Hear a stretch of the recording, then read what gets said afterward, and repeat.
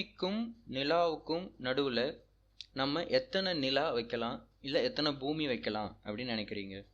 இந்த பிக்சரில் பார்க்கும்போது நம்ம ஒரு 3 நிலா வைக்கலாம்.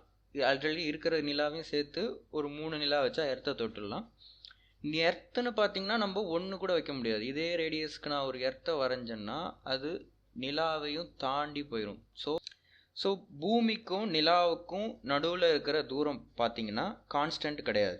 ஏன்னா நிலா வந்து ஒரு சர்க்குலர் பாத்தில் எர்த்தை நோக்கி சுற்றுறது கிடையாது, அது ஒரு எலிப்டிக்கல் பாத்தில் சுற்றுது. ஸோ சில சமயம் அது பூமியை விட்டு தூரமாக போகும், சில சமயம் பக்கத்தில் வரும். பூமியை விட்டு ரொம்ப தூரமாக நிலா போகிற அந்த ஸ்டேஜை வந்து நாம் அப்போஜி அப்படின்னு சொல்லுவோம். நிலா வந்து பூமிக்கு ரொம்ப பக்கத்தில் இருக்கிற அந்த பொசிஷனை வந்து நாம் பெரிஜி அப்படின்னு சொல்லுவோம். பெரிஜி அப்போ பார்த்தீங்கன்னா பூமிக்கும் நிலாவுக்கும் நடுவில் இருக்கிற தூரம் எவ்வளோன்னு பார்த்தீங்கன்னா 3,62,000 சொச்சம் கிலோமீட்டர். அதுவே அப்போஜி அப்போ பார்த்தீங்கன்னா கிட்டத்தட்ட 4,05,400 கிலோமீட்டர் இருக்குது.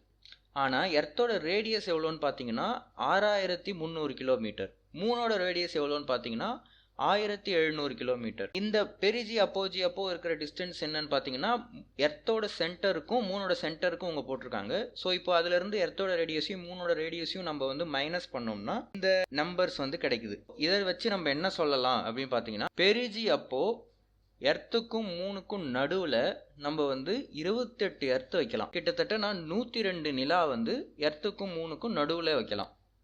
இது வந்து பெரிஜி அப்போ, அதாவது ரெண்டுக்கும் நடுவில் இருக்கிற டிஸ்டன்ஸ் வந்து கம்மியாக இருக்கிறப்பவே நான் வந்து இவ்வளோ ஃபில் பண்ணலாம். அப்போஜி அப்போ பார்த்தீங்கன்னா எர்த்துக்கும் மூணுக்கும் நடுவில் என்னால் 31 எர்த்து வைக்க முடியும். அப்போ கூட எனக்கு வந்து ஸ்பேஸ் இருக்கும். 0.15 அளவுக்கான எர்த்து வைக்கிற அளவுக்கு எனக்கு ஸ்பேஸ் இருக்கும்.